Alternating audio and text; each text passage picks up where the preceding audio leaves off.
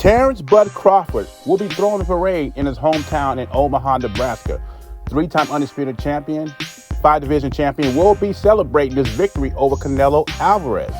And Canelo fanboys are still crashing out, right? I've never seen this. I haven't seen this since my sister was a fan of New Kids on the Block, right? The posters on the wall and everything, a fanatic, right? They're saying he's tested positive for PEDs. And I saw recently a comment on my old video, someone saying, well, they believe the fight is fixed. And Canelo was paid off to lose. The crash out continued. But let's listen to what Terence Crawford says about the Latin community. I don't own the rights to this content. It's for educational purposes only. Let's listen to Bud say what he feels about the Latin community.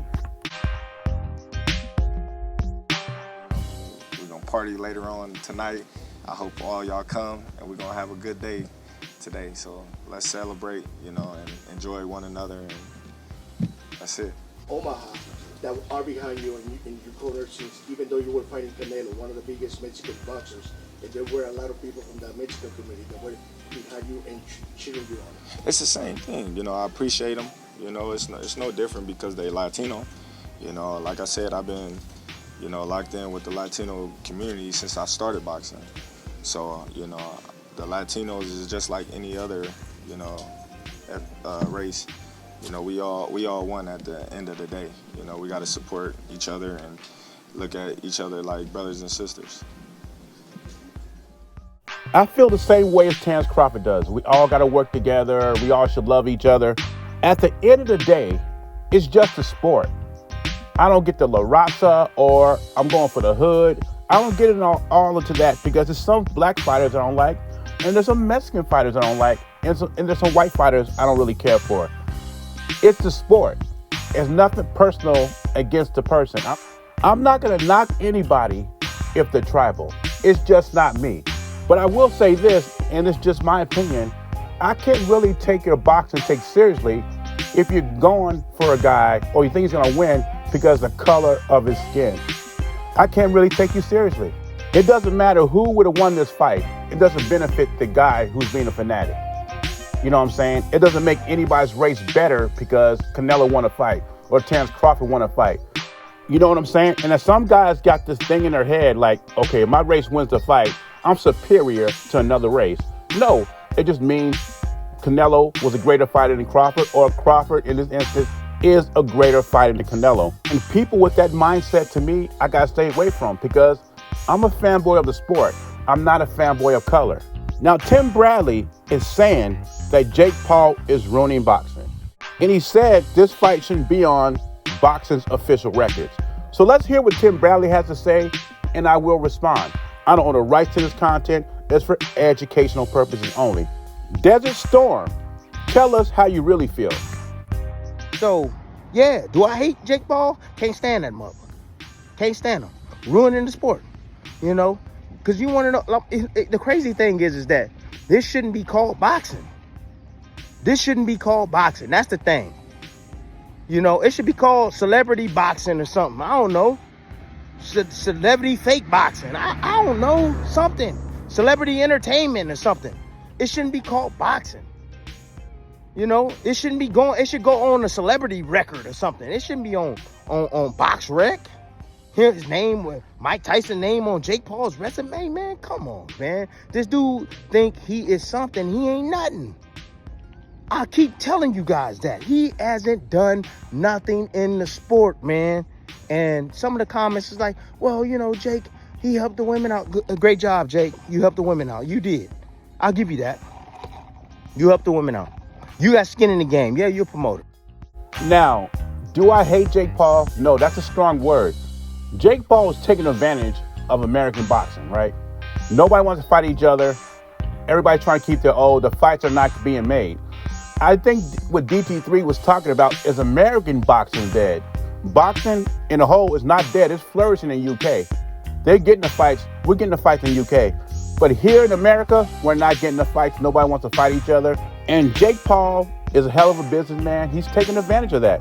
It is not his fault that the American casual boxer fan is interested in watching them fight these guys. I mean, the guys started off fighting former UFC fighters. He got Mike Tyson in the ring, and that did big numbers on Netflix because everybody likes Iron Mike. It did big numbers.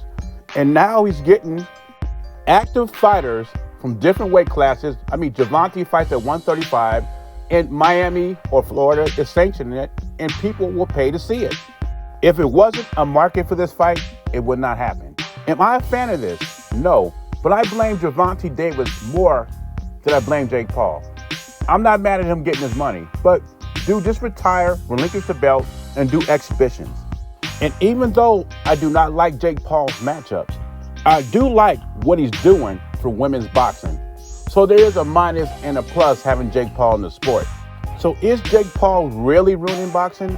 Or is it the American fighter itself ruining boxing? Because I think, just like the UK, they don't have this problem. But I think if we had the fights we wanted to see made, that Jake Paul would not exist.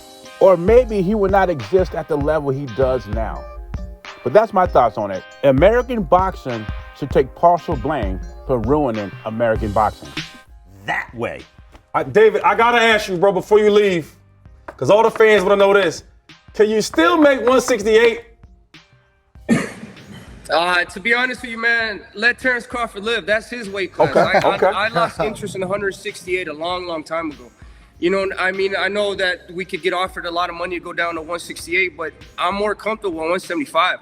I'm chasing better beef. I'm chasing Bivol. You know, I'm chasing these other bigger. I'm chasing Surdo Ramirez at cruiserweight. You know what I mean? So I've been at 168, but I have no interest in going down. Dude's a maniac. So I'm sorry, Canelo fanboys. David Benavidez says he's staying at 175. He said in his own words, he's going to let Crawford live at 168, which I don't think anybody wants to fight Terence Crawford. Even if you favor David Benavidez and I fight the 168, David Benavidez does not want to take that risk. And why should he? He's comfortable at 175. I'd rather see him flourish at 175 than drain himself to 168 and fight Terence Crawford. And I like what I'm hearing from David Benavidez lately. He says he wants to fight the monsters at 175. Better be a Bevo. He's fighting Anthony Yard. He want to establish himself as a 175 king. He's trying to make his own way at 175, his own lane. And if David Benavidez becomes undisputed at 175, all his critics, including me, cannot say anything about David Benavidez. If he does that, I will call him the Mexican monster, right? And not just that, he might get a bonus fight. And a bonus fight may be Canelo Alvarez trying to become 3-time undisputed champion. That's if David Benavidez can collect all the belts. That might be Canelo's farewell fight and the official passing of the torch. But maybe he will not need the passing of the torch if he becomes undisputed at 175. But he's doing it right. Even though people were picking to beat Crawford at 168, I don't want to take the chance. I'm staying away from that kid from Omaha. Well, he's not a kid, but he's a kid to me. But anyway, leave your thoughts or comments below. Beezy, I'm gone.